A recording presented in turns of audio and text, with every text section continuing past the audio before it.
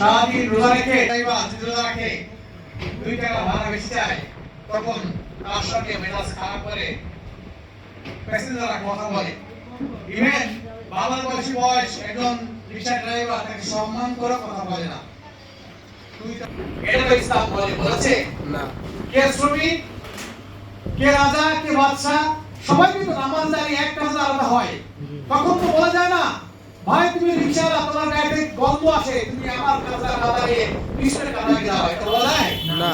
ইসলাম কিন্তু নামাজে সবাই এক কাজ দাঁড়িয়ে নামাজ করতেছি, তখন কিন্তু ভেদাভেদ করার সুযোগ নাই।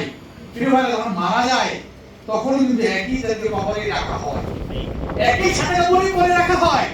তখন কারো লাল কাপড়, কারো হলুদ কাপড়, কারো নীল কাপড় দেওয়া হয় না, সবাইকে একই কাপড়েই শায়াতিনার কবরে রাখা হয়। তার মানে হচ্ছে ইসলাম সবার জন্যই সমান। প্রিয় ভাই, আমরা যে কথা বলতে চাচ্ছি, শ্রমিকদের একতাবদ্ধ করে, পেশার দক্ষতা বাড়িয়ে তাদেরকে একতাবদ্ধ করে তাদের অধিকার আদায় নিয়ে শ্রমিক কল্যাণ কাজ করে থাকে। এটা একটি কাজ।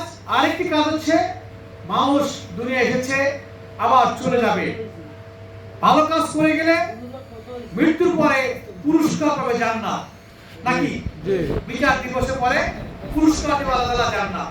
আর যে সে খারাপ কাজ করে চলে যায়, বিচার দিবসে তার রায় ফয়সালা ইসলামের বিপক্ষে থাকার কারণে বিপক্ষে যায়, তখন তার জন্য রয়েছে পুরস্কার জাহান্নাম। এটা নামে ফয়সালা।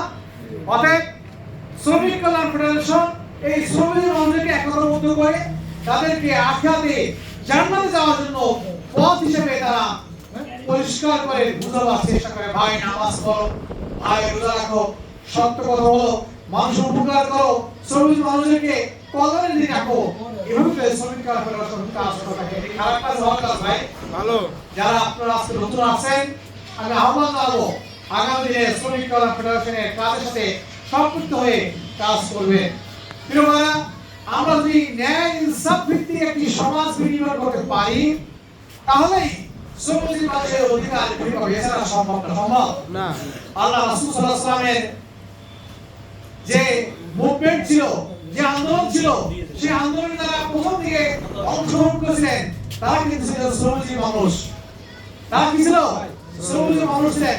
আপনারা জানেন ওসামা বিন যায়েদ এর নেতৃত্বে একটি সেনাবাহিনী যুদ্ধের জন্য নির্দেশনা হয়েছিল। সেই যুদ্ধে কিন্তু অন্যান্য বড় সাহাবীরাও সাধারণ সৈনিকদের যুদ্ধে অংশগ্রহণ করেছিলেন। আল্লাহ রাসূল বলেছেন শ্রমিক মানুষ এবং আমি জান্নাতে পাশাপাশি থাকবো। আমরা সেই জান্নাতে যাওয়ার জন্যই শ্রমিক কল্যাণ ফেডারেশন